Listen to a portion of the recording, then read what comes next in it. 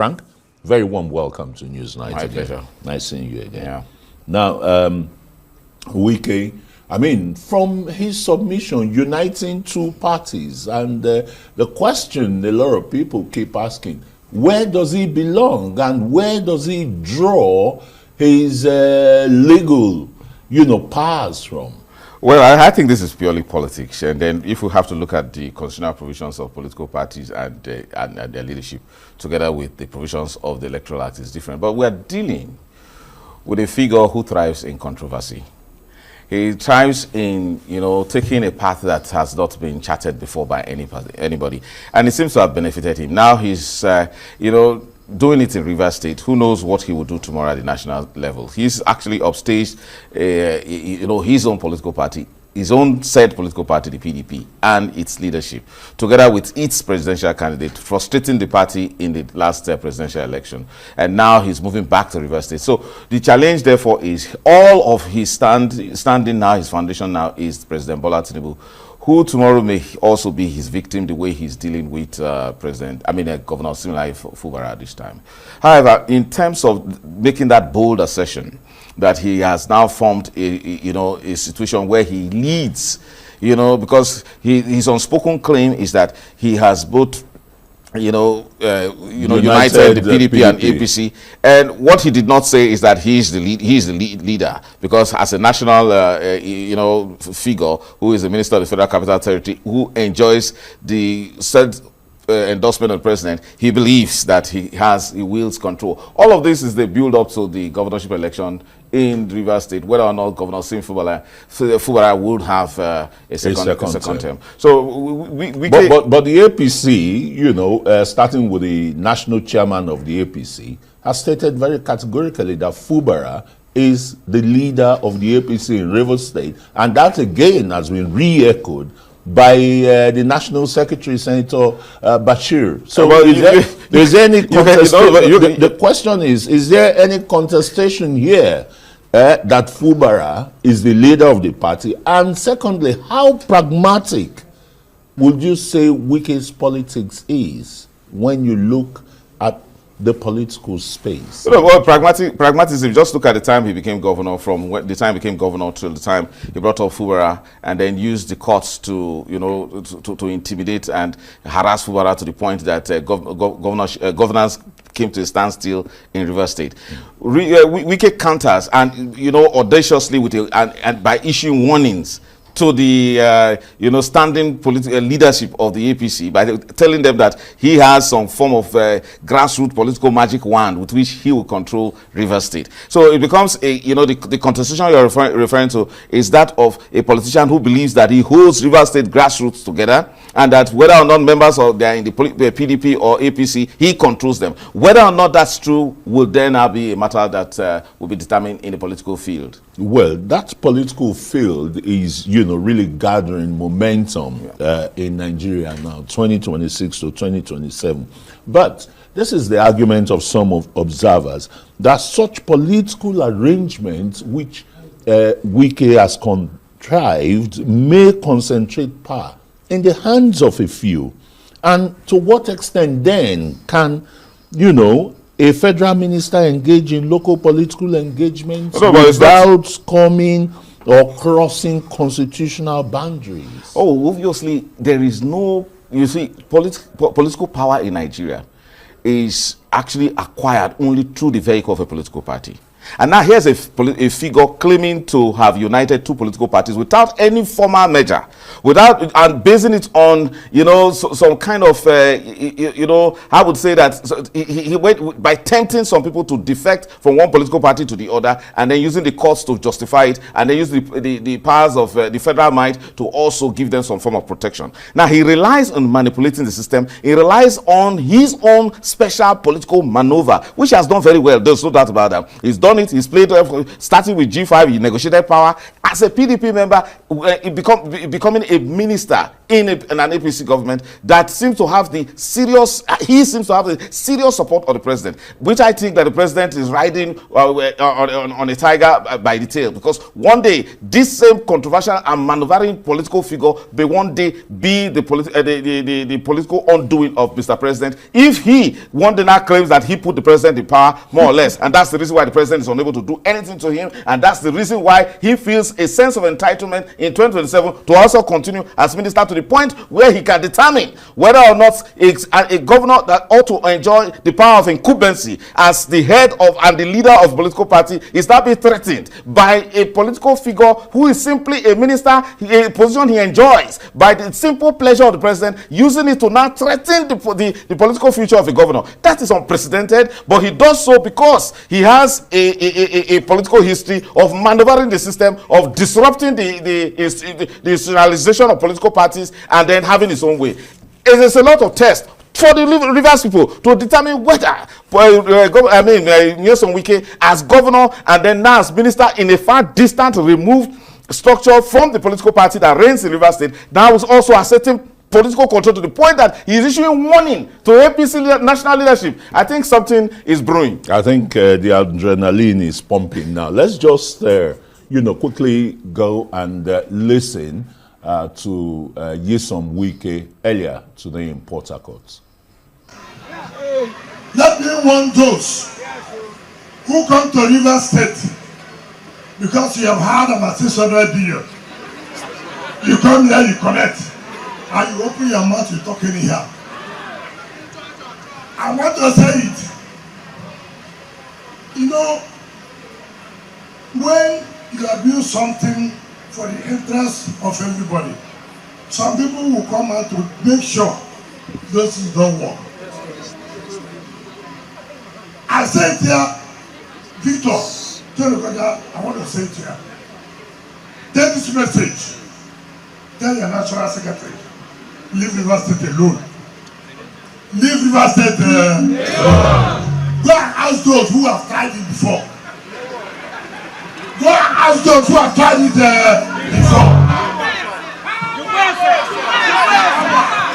Papenta, Benikila.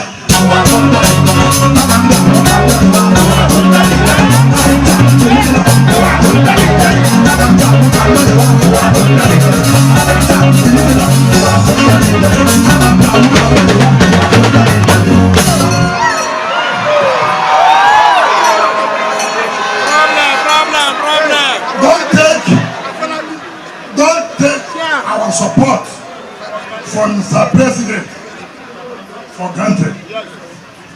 You have to be careful the statement you make. You have to be careful.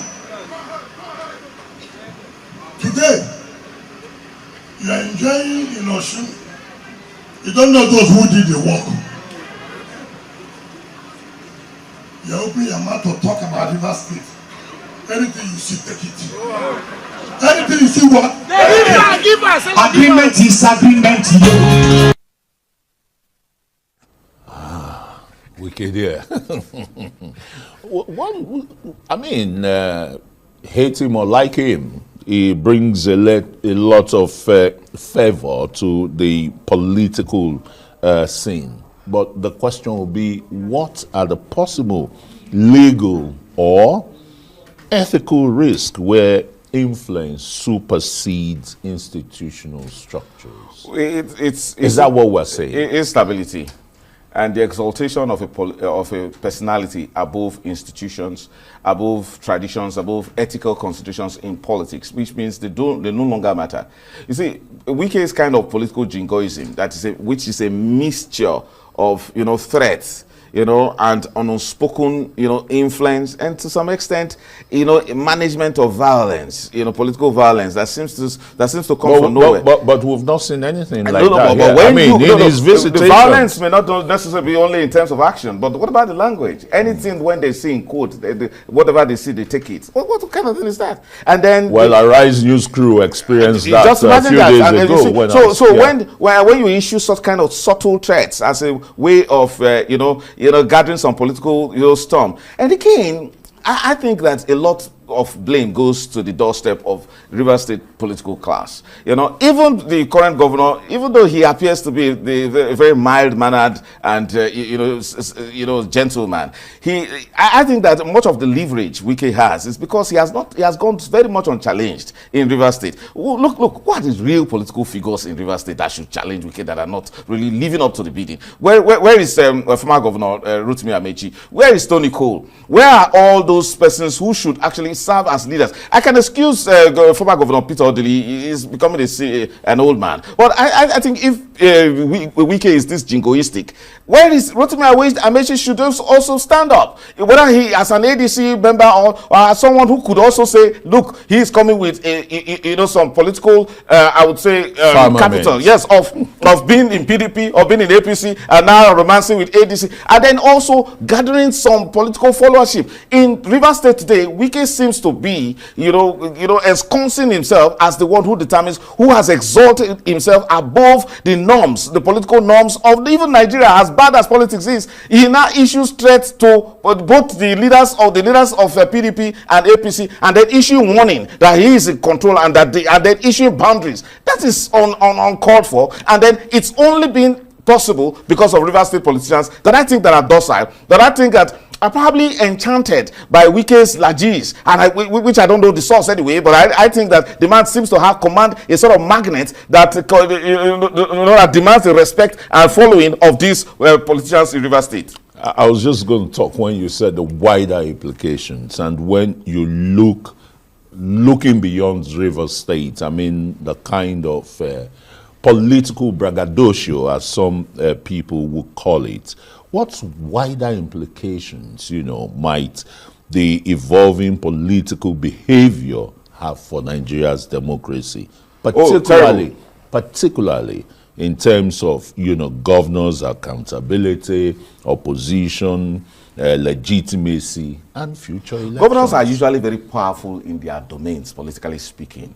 It's just that we have an unusual figure now who is so tenacious to his days as governor and now as minister. His case is slightly different.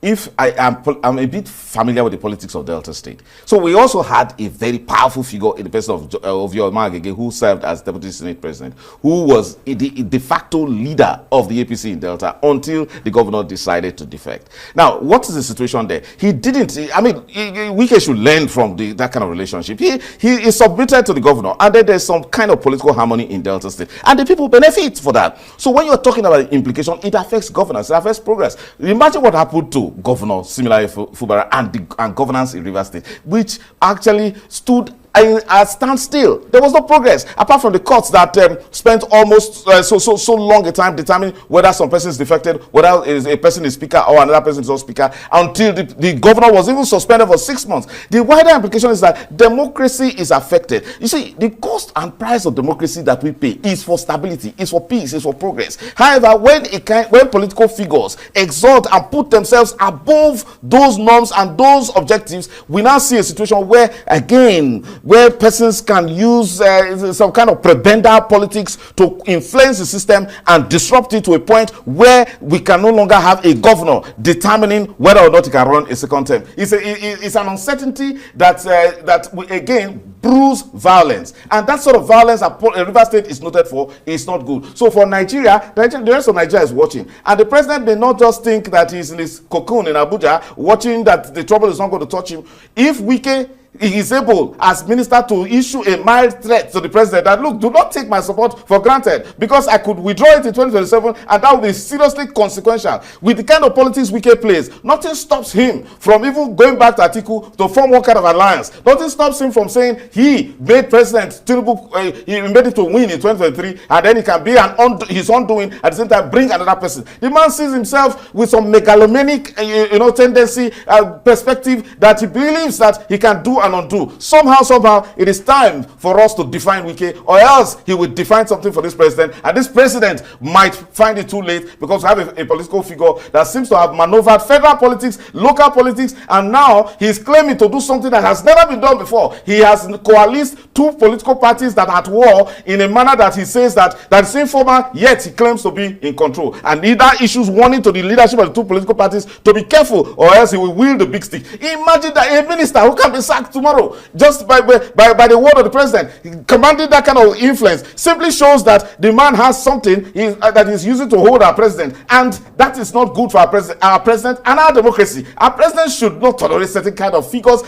Nobody should be larger than the president in terms of political influence and the determination of the standard of democracy in our country. But look at what Wike is doing. He is defining our democracy with a measure of controversy, and that he can ride roughshod above our political norms and our laws and our constitution. That is not fair. That's not a proper thing to do in a democracy. Because some people would argue that Nigeria's democracy is now, political mercantilism. Exactly, unfortunately. So the mercantilist, prebendalist manner with which he approached politics in Nigeria is so destructive, to the extent that people drop their reasoning when they decide to be political followers or political players. And this accusation goes to the politicians in Rivers State, those in PDP and in APC. Why would they not be able to subject one man to the rules? Why would a man leave Abuja? Of course, and look, let us be fair to Wike, whether you like it or not. It's very difficult for those of us in Abuja to criticize him when you see the outstanding progress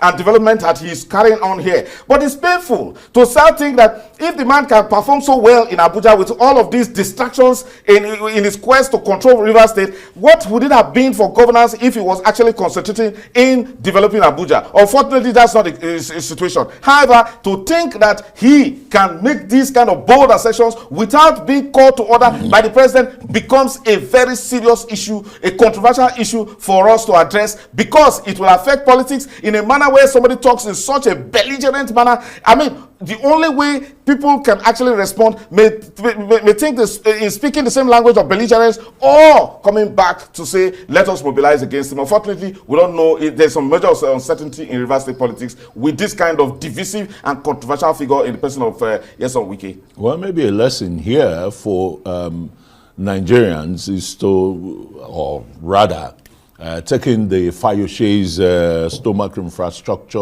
lesson very seriously in an asphyxiated environment, right? There's no doubt about that. And interestingly, the Fayoshe that you mentioned, Wike are good friends. And Fayoshe seems to understand the psychoanalysis of Wike to the extent where he issues warning that please let Wike not be your enemy. The point is that let Wike also not be the enemy of democracy or the enemy of Rivers people. Unfortunately, he seems to have his way now, and it is believed that the president should call him to order. If the president doesn't call to order, it's just a simple natural expectation in life. The president might be his next victim. So so let's keep watching. The Nigerian people must rise up and say, look, we cannot exalt powerful, influential people above our political norms. Our political norms should also improve beyond prebendalism and what you refer to as mercantilism, which is capture power, take the money that's meant for the development, amass it yourself and use it to bait people and control them in a manner that is contrary to the future and of our democratic progress in this country.